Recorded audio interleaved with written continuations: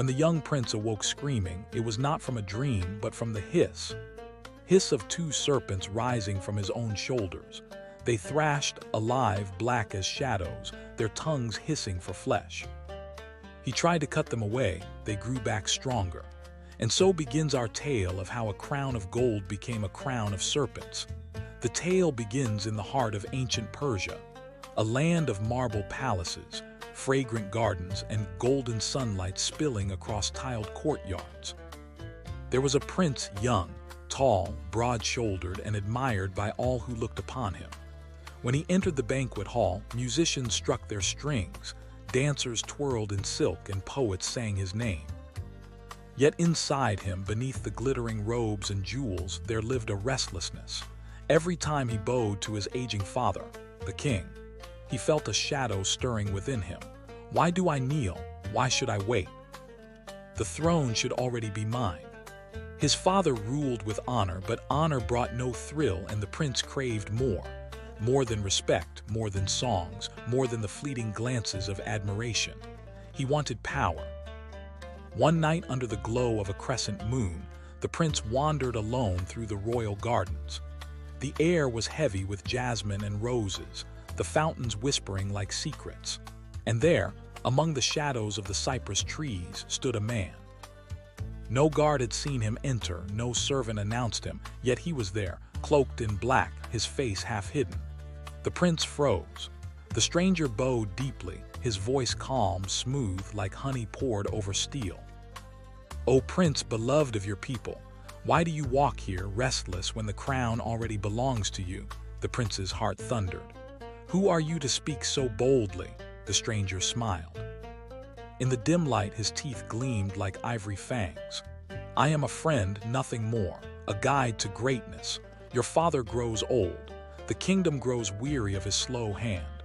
But you are the fire this land needs. Take what is yours. Take the throne." The prince turned away, breath heavy. For though he longed for the crown, a part of him still loved his father. "No, I cannot. He raised me, he trusts me." The stranger's voice slithered closer, soft but unyielding. "Trust is a chain, my prince. Kings are not born by kindness, they are made by strength. Do you wish to be remembered as a shadow behind your father's throne, or as the sun that outshone him?" The words pierced him deeper than any blade. The prince trembled, torn between loyalty and desire. And then, as if sensing his weakness, the stranger leaned closer, his eyes burning with something not human. "Strike him down, and I will show you power beyond your dreams. Riches, armies, immortality itself." That night the prince returned to the palace hall where his father sat alone, weary, a goblet of wine in his hand. The old king looked up, smiling faintly. "My son," he said, "why do you look troubled?" The prince's lips trembled. His heart pounded. For a fleeting moment, he wished to fall to his knees to beg forgiveness for the thoughts in his mind. But ambition, sharp, merciless, struck deeper than love. With a sudden cry, he drew his blade. The old king's eyes widened, not in anger but in sorrow. And there, beneath the torches of the palace hall, the sun's steel pierced the father's heart.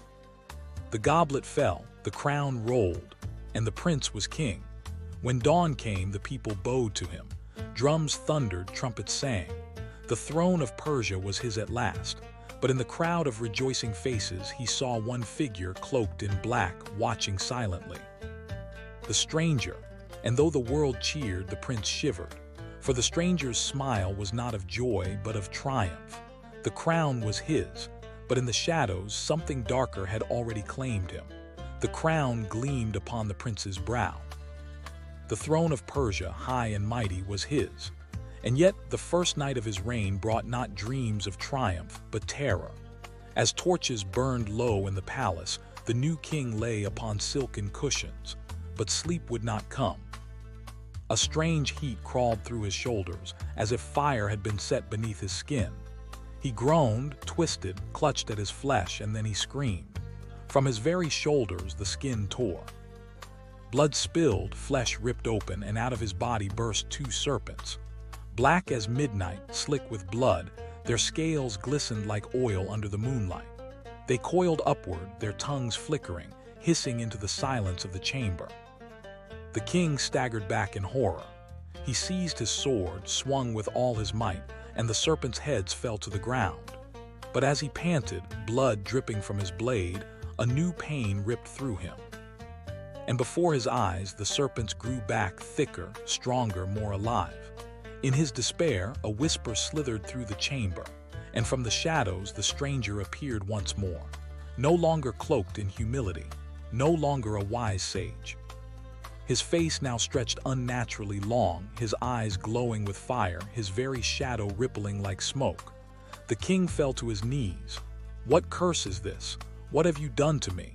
The stranger only smiled. "Not a curse, my king, a gift. These serpents are the true guardians of your throne. Feed them and they will obey. Feed them and your reign will last forever." The king's voice shook. "And if I do not?"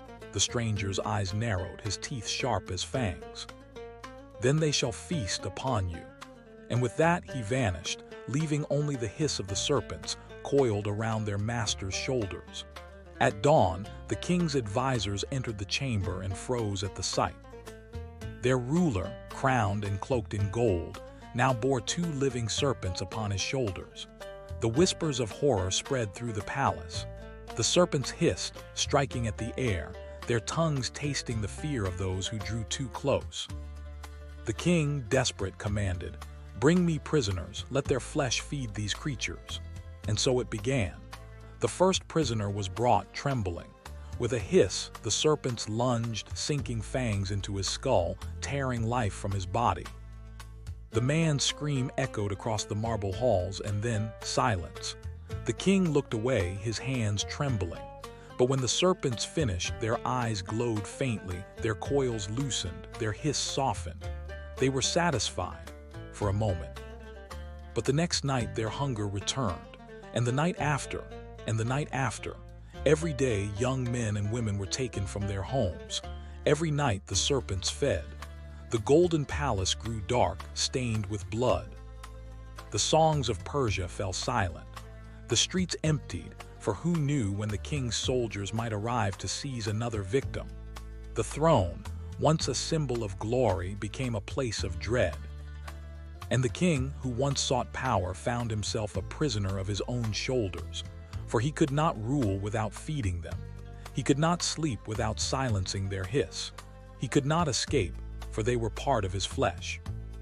And so, though the crown shone on his brow, the king was bound in chains, chains of his own greed. And in the silence of the palace, as screams echoed and blood flowed, the people began to whisper, "Our king is not a man, but a monster." Months passed. Every dawn, the king's soldiers marched through the kingdom, seizing victims. Every night, screams echoed within the marble walls of the palace. The people of Persia lived like shadows, afraid to speak, afraid to dream. But in the silence of despair, rage was gathering. For how long could people watch their sons and daughters dragged to the palace?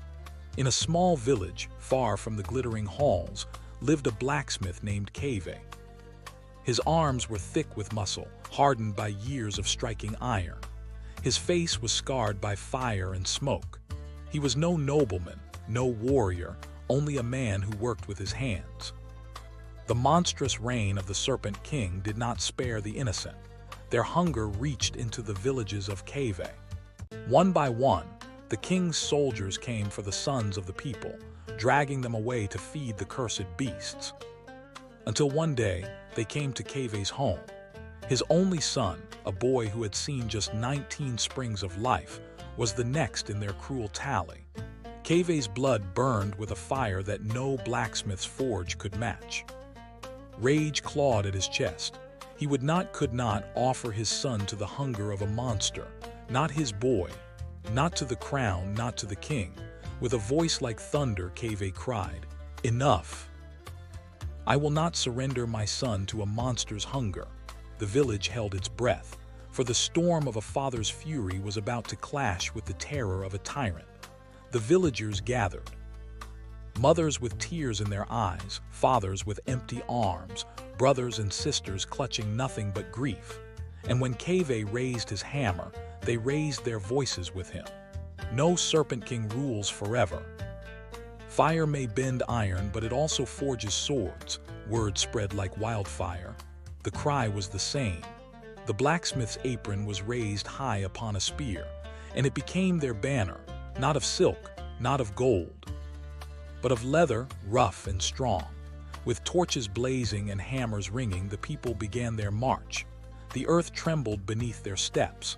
The night sky glowed with their fires. The Serpent King, sitting upon his gilded throne, felt the tremor. Not fear of steel, not fear of fire, but fear of the people he had thought broken. As the rebellion drew near, the serpents hissed louder, their bodies writhing with hunger. The king rose, his eyes burning with madness. Let them come. Let them see the power of their king. My serpents shall drink deep from their skulls. Outside the palace gates, Kave stood tall, hammer raised, torchlight gleaming in his eyes. Behind him, hundreds of voices thundered as one. No more serpents, no more fear. The night sky glowed with the fire of rebellion. The palace gates shook under the pounding of hammers and the fury of the crowd. The king's guards poured into the courtyard, shields raised, spears gleaming. They were sworn to defend him, and so the first clash began. Steel met steel. Farmers wielded axes, shepherds swung staves, blacksmiths raised hammers still hot from the forge. The courtyard became a storm of fire and blood. But for every rebel that fell, two more surged forward. Rage gave them strength. Grief gave them courage. At last, through the chaos, a group led by Kave forced their way inside, rushing toward the throne room. The throne room blazed with torchlight. The Serpent King rose from his seat, jeweled crown glinting, his face twisted with fury. From his shoulders the twin serpents hissed and writhed, their eyes glowing red. "Bow before me," he roared, "for I am eternal." But when Kave and his men stormed into the throne room, the guards did not raise their spears. Their faces were pale, their arms heavy with weariness.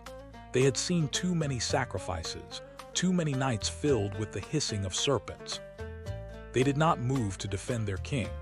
They only stepped back, their eyes filled with silent relief. For they too longed for an end to the screams, the blood, and the endless hunger of the serpents. And so, without a fight, the way to the throne was left open for the blacksmith and his people. Kave stepped forward, his hammer blazing in the torchlight. With a cry that shook the hall, he brought it crashing down upon one of the serpents. The beast split open, blood spraying across the marble floor. The serpent writhed, shrieked, and fell limp. At that very instant, the king screamed, a howl of agony so fierce it made the walls tremble. He clutched his shoulder, his body convulsing as if torn apart from within. But the victory was short-lived. From the gaping wound, another serpent burst forth, larger, darker, hungrier. The rebels gasped in horror, but Kave did not falter. He swung again, and his men followed. From the bleeding stumps, new serpents burst forth, their scales darker, their fangs sharper. And with every rebirth, the king let out a scream so fierce it rattled the very stones. Desperately, they tried to strike the king himself, to end the nightmare once and for all, but it was in vain. No matter how they struck, he could not be killed, as if the serpent's curse had bound his life to their endless hunger.